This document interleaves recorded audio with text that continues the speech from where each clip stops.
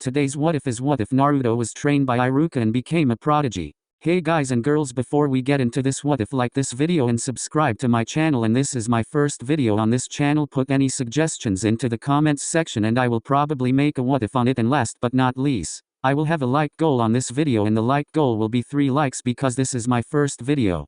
The creator of this fanfiction is Appo-kun. Yumino Iruka sighed as he looked through Naruto's test paper. The boy got every question wrong, except the ones involving the Hokages. Naruto was considered the class's dead last for a reason, having failed the academy graduation test twice. This would be his last attempt. The next semester had already begun and he had mostly 8 months left. Naruto was headstrong and stubborn to a fault, so Iruka, at one point, believed he would pass, but seeing this result made the teacher second-guess his belief. This would be his last chance. Anyone who fails the graduation test thrice would be banned from ever taking it again. After all, someone who would fail to perform the henge, Kaerimi and make a bunshin would not deserve a place in the ninja world. Even for the dead last, Naruto was behind. Far behind for being a 10-year-old. It wasn't a surprise considering the boy had no one to teach and had to practically raise himself after the age of 4. After he finished grading the last paper, Iruka decided to go check up on the blonde. By this time, he would be either indulging in pranking the villagers or would be consuming ramen at an unholy rate. Sending out a chakra pulse, he easily located Naruto. After all, his chakra was practically like a bright beacon in the night sky. Iruka made the hand seal for the shunshin and disappeared, leaving a swirl of leaves behind. He landed behind a tree. He quickly climbed atop it and sat on a branch.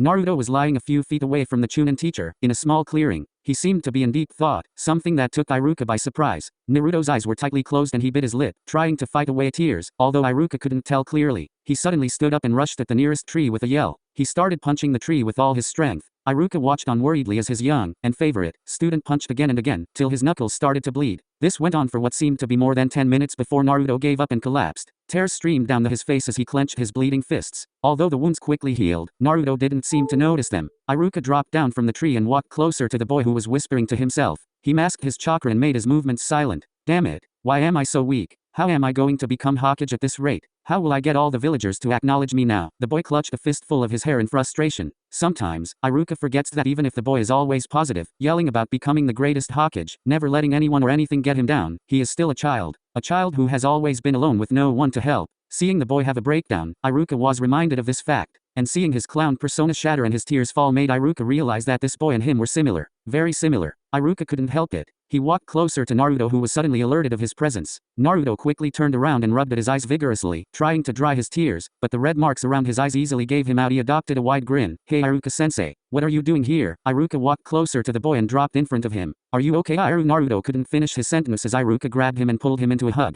It must have been hard, right? You were so lonely, right? I'm sorry I didn't notice it sooner. I'm sorry I didn't help you sooner. I was a very bad teacher. I didn't notice your suffering. I'm sorry Naruto. You were alone. You've been alone for so long. I'm sorry Naruto. Naruto's lip quivered. He clutched Iruka's Chunin vest and returned the hug. He let himself cry freely in the embrace of another. Hugs were nice. Today, Naruto learned he liked hugs. Iruka and Naruto sat in a Chiriku ramen. After the whole fiasco, Iruka decided to treat the boy to some much-needed ramen. Iruka watched him talk with a smile. Naruto's large grin seemed much more genuine now. He slurped his ramen with great joy. Iruka sighed. He didn't want to ruin the current mood, but this had to be addressed. Naruto, about earlier. Naruto smiled. I'm fine Iruka-sensei. I'm sorry for making you worry. Iruka shook his head with a smile. Somehow, he believed Naruto when he said he was fine. Naruto had a talent to always look at things positively even when things like this happened. Naruto, you don't need to apologize, he smiled. Anyway, I wanted to talk to you about something else too. Naruto raised a brow, the sounds of slurping filling the short silence. You know that this year will be your last chance to try for Genin, right? After this, there will be no second chances. Naruto nodded sadly. Cocky as he may be, the blonde knew that this would be his last chance if he failed. I won't fail this time Iruka-sensei. Detebeo. Iruka shook his head. Naruto, I'm going to give it to you straight. At the rate you are going, you will most definitely fail. Iruka winced. He didn't want to come off that hard and he felt extremely guilty at the sullen look that took over Naruto's face. But Naruto had to know what he was getting himself into. You are the class dead last. You have failed all subjects and you can only Kaerimi and make a defective henge. You can't make a simple bunshin either, and even if you learn to perfect the henge and make a clone, you will still fail because of your extremely poor grades. Naruto's face twisted to reflect frustration. Couldn't his teacher understand he was trying his best? But Iruka-sensei, I'm trying to do my best. Yeah, no, I'm getting the hang of the henge jutsu and it's not my fault I can't make a clone. I've tried everything you told me to do but I still can't make one. And what am I going to do learning about history? Bore the enemy to death with facts about the Great War. It angered the boy to list his own failures, but he wanted to make his teacher understand. He didn't want one of the only people who looked at him with warm eyes to look at him with disappointment. Iruka shook his head. Naruto, I understand what you are talking about with the bunshin and the henge, but you've got to understand. History is just as important to shinobi as jutsus are. You have to learn about the sacrifices the shinobi of the past made for you to live peacefully here and now. To understand what makes a great Konoha shinobi, you must first have to understand the will of fire. The great ninjas, who gave up their lives in the Third Shinobi World War and the wars before that, departed for us. Will of fire, Iruka nodded. The Haino Ishi, the will of fire. Yes, the will of fire. It is the teaching of Hashirama Senju, the Shodaime. It is inherited by the shinobi of Konoha, from generation to generation. It is what gives us Konoha shinobi the strength to protect others. Iruka spoke with passion and Naruto listened to his teacher speak about the will of fire. Iruka may not have known right now, but his speech lit a fire inside the young boy's heart. A fire that would burn for a long, long time. Iruka smiled seeing Naruto listening so attentively. The boy could have easily become a genin 2 years ago if he had put his mind to it. Naruto's mind was a rough diamond. If sharpened, he could wield it as a very powerful tool. Iruka decided he would sharpen the boy's mind. Naruto, I have a suggestion for you. Naruto tilted his head like a curious puppy. What is it? Iruka-sensei. Iruka leveled Naruto with a steely gaze. You don't have to do this, Naruto. It's only a suggestion, but would you like it if I trained you for this year only? Naruto looked confused now. But sensei, don't you already train me at the academy? Iruka shook his head. No, Naruto, I meant as in personal. One-on-one training. Naruto had stars in his eyes. You would do that for me, Iruka-sensei? Iruka nodded with a smile. If you would like me to, yes. Naruto nodded excitedly and started bouncing in his seat. Yes, I have a personal instructor now and I'm not even a genin yet. Ha, eat that, Sasuke. Iruka watched, amused. No matter what type of burden Naruto held, in the end he was just a kid. Naruto, if I am going to train you, you must not tell anyone.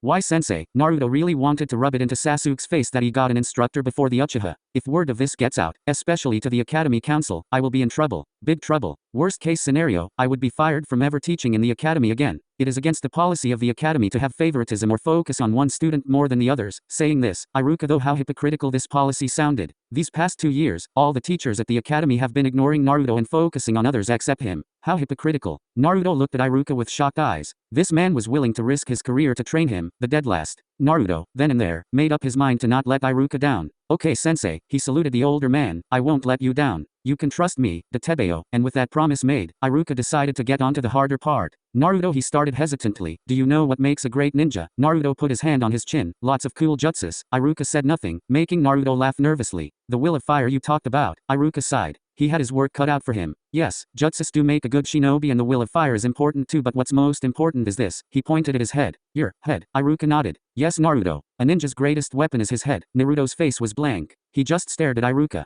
Iruka started to get nervous before he continued on with his explanation. When you are on a mission, away from the village, the only thing you can truly rely on is your mind and your teammates. And when you are given a solo mission, your mind is the only tool you can utilize. Naruto listened attentively. He would take any advice that could help him in the path of becoming Hokage. A mind can be an especially terrifying tool. Iruka continued. Do you know that Konoha's Naru clan is one of the most frightening clans? Naruto shook his head. They are so smart that they could win some fights without even fighting. During the Great Ninja War, the opinion of the Naru clan was greatly valued. The fourth even had Shikaku Nara as his advisor. Shikaku Nara? You mean Shikamaru's old man? Iruka nodded. Nara's greatest weapon is their mind. Naruto nodded dryly. I think that's enough lessons for today, Naruto. Most of the things I've said won't make sense until later. Naruto nodded and continued slurping his 8th ramen bowl. That kid was going to suck him dry of money. From tomorrow, I want you to pay attention to my lessons and tone it down a bit. Okay, Naruto nodded, less enthusiastically. All right, for now, just enjoy your ramen. Naruto happily obliged. It was a great day for Naruto. He found someone willing to pay attention to him and train him, and he also got free ramen. It had been 6 months since Iruka brought the suggestion of personal training with Naruto. During these 6 months, Iruka got Naruto to learn all the basics of the shinobi history as well as other parts of the academic subjects, like basic geography, basic mathematics, science and reading and writing. Since Naruto was still not at the right level for his age and grade, he also taught Naruto the basic academy-style taijutsu. While pretty simple, it did help Naruto beat most opponents. While he did not excel at anything yet,